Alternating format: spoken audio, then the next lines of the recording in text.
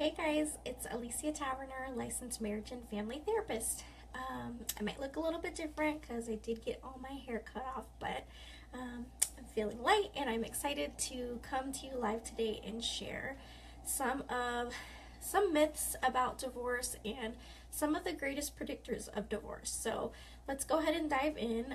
I assume that everybody can hear me. If not, just leave something in the comments. But I want to just quickly give you guys some tips and share a little bit about some of the misconceptions that we might have about divorce. So I am a marriage and family therapist, and I specialize in helping couples, especially those who are struggling with infidelity issues. And so you might think that, of course, that's one of the biggest predictors of divorce. However, you would be wrong in that assumption.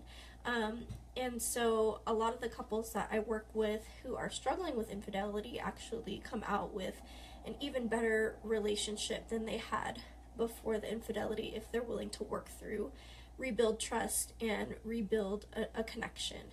And so another myth that people have is that if we just have common interest, that's going to keep us together. And so that is a total myth because it's not really about your interest. I mean, you and your partner can both really love going hiking.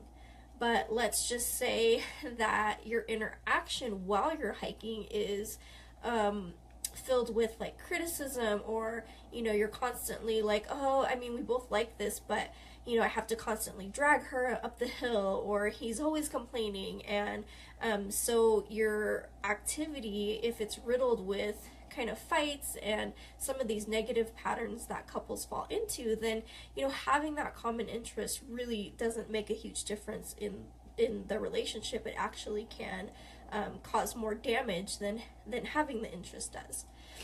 The second myth that people believe is that if we just avoid conflict, then everything will be fine and we'll stay together. And again, that's another huge myth because in my practice, when I see couples and they come in and they say, well, we don't ever argue, that's just as concerning to me as when people argue all the time. And even when people argue all the time, it's not necessarily something that I'm super concerned about, because as long as you're doing it in a healthy way, then you're actually having some good communication. It means that you're working to get your needs met. And so having conflict, isn't necessarily a predictor of divorce, and also avoiding conflict isn't necessarily, something that will keep you together.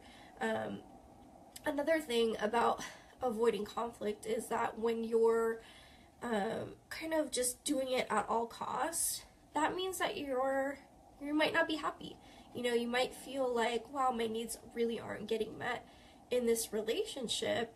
And so that makes it difficult for your partner to then make the changes that are necessary in order to build a more healthy foundation and build a healthy relationship. So those are some common myths that I've heard, that infidelity is one of the biggest causes of divorce.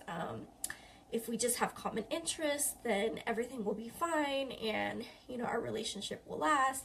And then also that if we just avoid conflict, then we'll completely avoid divorce. But definitely not true. So what are some of the biggest signs of divorce? Well, the first sign is that when I think about what predicts that a marriage will fail, I think about the way that couples approach one another in terms of dealing with conflict and just broaching any topic that might cause contention. So when you do this in the wrong way, I call it a harsh startup. So when you have a harsh startup, it can look like a criticism, or it can look like just being very negative towards your partner. And so let's say that you have an issue of contention that you want to bring up.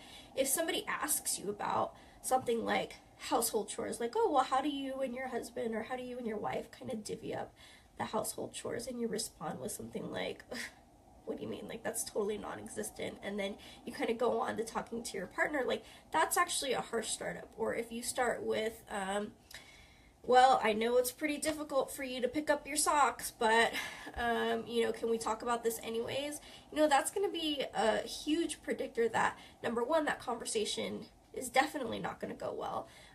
When we start a conflict or bring something up to our partner and we begin with what's called a harsh startup, it's pretty much 99% guaranteed that the conversation isn't going to end in a resolution.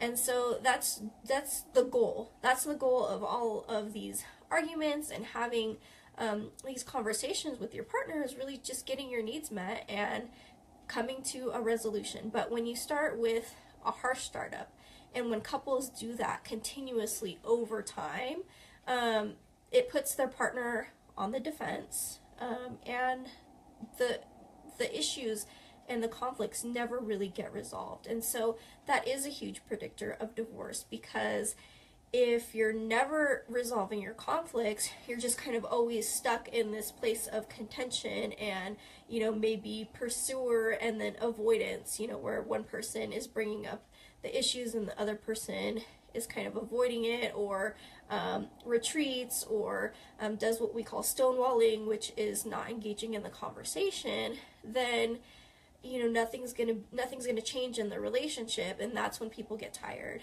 They feel like this is inevitably not going to get better, and that's when marriages tend to fall apart. One of the second predictors of divorce that I'll share with you is that when bad memories start to replace all of the good memories. And so we can see this in couples who have been together for a really long time. If you ask them things like, oh, well, what was it like when you were dating your partner? And they respond with something like, oh, well, it was never that great. It was just kind of like, we met and we kind of just decided to get married. I guarantee that in those moments, in the beginning of a relationship, there were butterflies, there was excitement, and people were happy to connect with one another. And so one of the things that I often do when I work with couples is I ask them, how did you meet? Tell me the story about how you met and decided to get married, because that's a really good predictor of where they are in their relationship and what they see in terms of their future. But I'm also getting their take on good versus bad memories. And so once people start to replace all of the good memories with negative memories, that's a huge sign of, a huge predictor of divorce, because when you start to kind of rewrite that history and recreate those memories in a sense, or in a place where you're kind of like tainted by negativity, then it's hard to kind of work backwards. It's hard to kind of climb up that hill and teach people like, hey, it wasn't always all bad. So those are two of the predictors of divorce that I wanted to share with you today. I want to keep this Facebook Live short and sweet. And this is just kind of a taste of what's coming up for me in terms of my upcoming date night workshop. And so if you haven't heard, I am holding a date night with a difference. And so we all know that we need a date night, right? Because that's what builds our friendship. That's what builds our connection with our partner. And so I'm often teaching the same principles to couples when they first come to me for couples counseling. And so I was just thinking, like, how can I get all of this information out to my community? And so one way that I thought was, not only do they need date night, but they need some communication skills. And so I'll be talking about, there's several predictors of divorce. These are just a few quick ones that I wanted to share with you today. But during the date night, there's going to be dinner. Childcare is also provided, so I've kind of pulled out all of the stops for you to be able to enjoy this evening, have a nice dinner.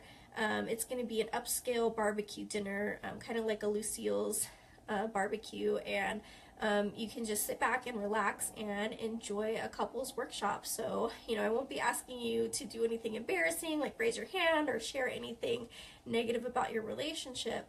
But I will be sharing some of the biggest predictors of divorce. I'll be sharing how to connect as a couple, how to engage in